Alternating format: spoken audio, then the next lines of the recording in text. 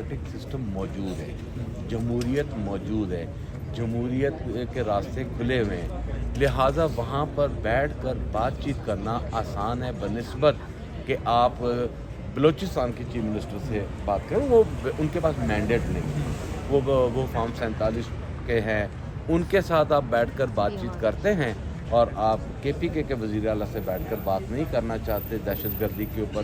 کیا میرا خیال ہے کہ گڈ طالبان بیڈ طالبان کی تاریخ سے پاکستان کی عوام بخوبی واقف ہے, ٹھیک ہے.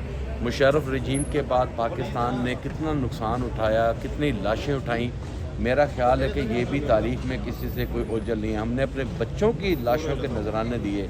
آج اگر مجھے اس اسکول کا واقعہ یاد آتا ہے تو میرے حلق سے جو ہے وہ کھانا نہیں اترتا, اس قدر تکلیف ہوتی ہے. تو کیا اس کا ایک ہی راستہ رہ گیا ہے کہ جی ہم نے گولی ہی چلانی ہے, گولی ہی مارنی ہے؟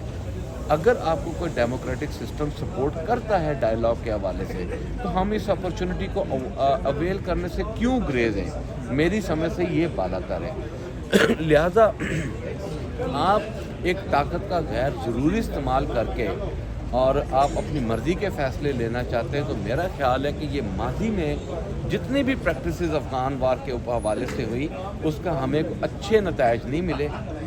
ہمیں آج بھی اس بات کو سوچنا چاہیے کہ وہاں کی حکومت کو بجائے آپ گورنر راج کی دھمکیاں لگا کر ایک تھریٹ پالیسی کر کے, آپ طاقت کا غیر ضروری استعمال کر کے اگر آپ یہ کریں, تو بجائے اس کے کہ آپ ان کے ساتھ بیٹھیں, ان کے ساتھ آن بورڈ ہو اور اس مسئلے کو حل کریں تاکہ پاکستان دہشت گردی کی لعنت سے آزاد ہو, اور آزاد ہو کر ہم آگے بڑھیں. باخدا ہم سمجھتے ہیں ہمارا مرنا جینا پاکستان کے پے سے شروع ہوتا ہے, نون پہ ختم ہو جاتا ہے, ٹھیک ہے جی.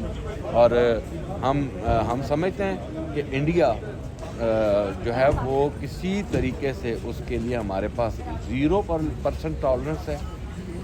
طالبان جو دہشت گرد ہیں ہمارے پاس ان کے لیے 0 ٹالرنس ہیں, لیکن آپ ان کے اوپر قابض ہونے کے لیے آپ بہانہ بنا کر پاکستان تحریک انصاف کو ہٹ کر کے ایک جمہوریت کو ختم کر کے غیر جمہوری آپ اقدام اٹھانے جا رہے ہیں. اس سے پاکستان کو نقصان ہے. ڈاکٹر صاحب, کل سہیل حفیظی صاحب کی جانب سے استقبال کی ہے اسلام آباد, جی بالکل, دوسری جگہ یہاں پارلیمنٹ میں